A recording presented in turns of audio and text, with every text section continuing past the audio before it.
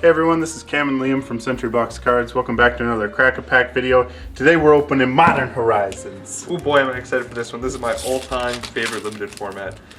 Definitely a recent one, though does not disappoint. It's come back to Magic Online a couple times, and every time I'm ready to play it. I'm putting the Goblin token down there. It's got the sweet art cards. I'm putting the Yawgmoth down there, and oh wait, is the foil? It's land foil rare. I gotta flip it around. You gotta turn it around. Gotta flip it around. Not like your standard pack. All right, our first card is Reprobation. On like first analysis of the set, it looked like it would be a better removal spell than it actually played out to be. It was often one of the lower end removal spells you want to play. However, having the Coward synergy was kind of neat in that it came up every once in a while. It was the playable white removal spell at common. Yeah. It was good enough. Next we have Bladeback Sliver. I wasn't a huge fan of Bladeback Sliver, let alone slivers in general. It definitely always felt like it was open and he had all the sweet pieces, but definitely didn't come together in games. It was kind of the trap of the format, red-white slivers. It felt a little fiddly because a lot of the slivers had like activated abilities on them and stuff. And, yeah. But you also wanted to be a red-white aggro deck, but also you had to have enough lands to activate all of these abilities and things. It seemed kind of fiddly. All right, next card is Choking Tethers. It's a great card, fine. It's a good filler. Having cycling, great mechanic. Being able to tap down a blocker in combat and whatnot, while also being a way to kind of freeze their creatures and push through for that little bit of lethal damage. I love the cycling cards that also give you an ability when you cycle them, because you don't feel like you failed. When you have to just cycle the card that has like a big game-winning ability, you're like, oh, now I can't get. But you still get something out of this one. I really like this one, and sometimes you just win the game. Next card is Treetop Ambusher, rather. It's a fine card, one of the filler in the aggro kind of like red-green landish type deck, though wasn't really impressive. Taxes a 3/2 for 2, which is nice though. I like that. Next card is Diabolic Edict.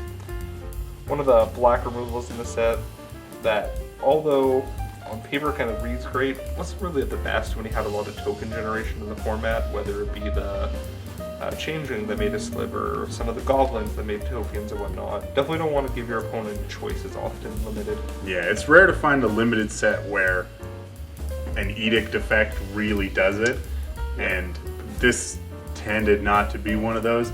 You could pop it off every once in a while and you get their first creature, but that's often all you're doing is just trading with the first creature late that it gets a lot worse. Next card is Igneous Elemental. Kind of the mini Flame Tongue Kavu of the set. One of the red-green lands matter cards. It was fine, kind of one of those filler cards. Every once in a while you get a sweet shock out of it. Next card is Prohibit. How'd you feel about this one? This card actually impressed me more than I anticipated. Early on being able to snag a creature. Late game kind of stopping them from accelerating. Same thing, kicker, great mechanic, just being able to pay extra mana into the late game. Yeah, the kicker on this is like, it's sort of what you want, because you either early you want the 2 mana counter spell and later you don't care as much, and so this ended up being a pretty solid counter spell if you were the sort of deck who wanted one. Next up is Savage Swipe, Bear Punch Back this time. Bear does punch back. It's one of the best cream commons in the set. Being able to have another fight effect while also being able to turn your bears into 4/4s early on. Next card is Volatile Claws. This is a weird trumpet blast that sort of fed off the set's mechanic of mini creature types like the Changeling thing. Yeah, it was fine in like the red-white go wide slivers or the kind of like Goblin Assault deck, but wasn't a contested pick. That was one of the things I did like about Modern Horizons, is that they'd be like, okay, well this is this spell of this set, this is the Trumpet Blast of this set, or this is the Pacifism of this set, or this is the what? But then they'd be like, but also it makes it all creature types or something like that. Yeah, very time spiral in that sense. Yeah. Next card up is Alpine Guy. I'm always in for 3-mana 3/3, and it has a little bit of upside. What'd you think about this thing? I thought it was great. Being able to find a land, kind of ramp you up, while also being able to add to the grade for the red-green lands archetype. Mm-hmm. Yeah, the red-green lands archetype was really sweet. Next up is Thundering Djinn. Oh, it's a house of a card. Punches through in the air, kills on the ground.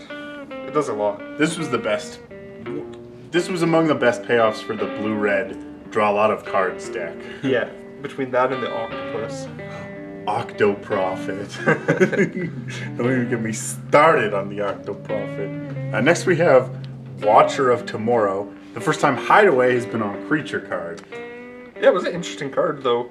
I was a big fan of it, especially with having like Ephemerate at a common, kind of playing with the ninjutsu type mechanic as well, being able to buy it back.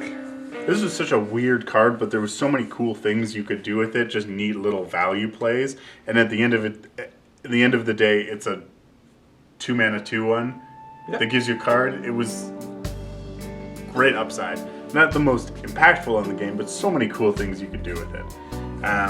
We have, let's do the foil before the rare. Our foil is Irregular Cohorts. This is a great card in the format.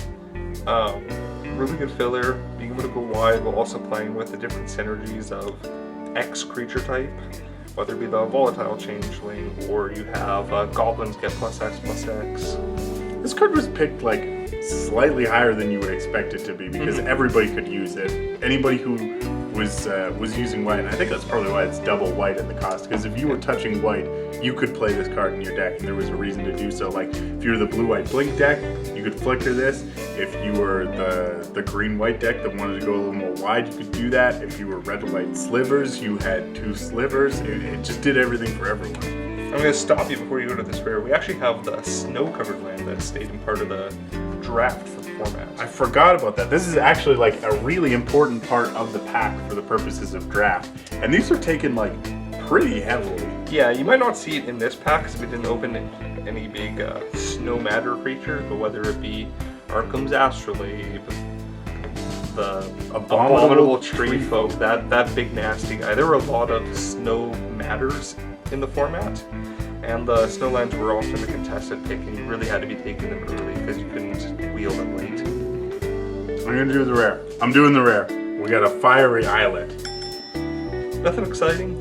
Definitely fine if you want to make a splash or you want to be able to cycle it later. Always good to have in the deck, though not a super high pick. Not something you need to prioritize. It's a nice to have. All right, what are you taking out of this pack? I personally am taking the Thundering Djinn. Don't often like to take two color spells first, though. I think the card is super powerful. If that wasn't in there, my backup would be an easy Savage Sword. Yeah, I think I can get behind that too. I also have my eyes on the Watcher for Tomorrow because I'm a real sucker for that card. That's understandable. All right, everyone, thanks for watching. Let us know in the comments what you would take out of this pack, and we'll catch you in the next one.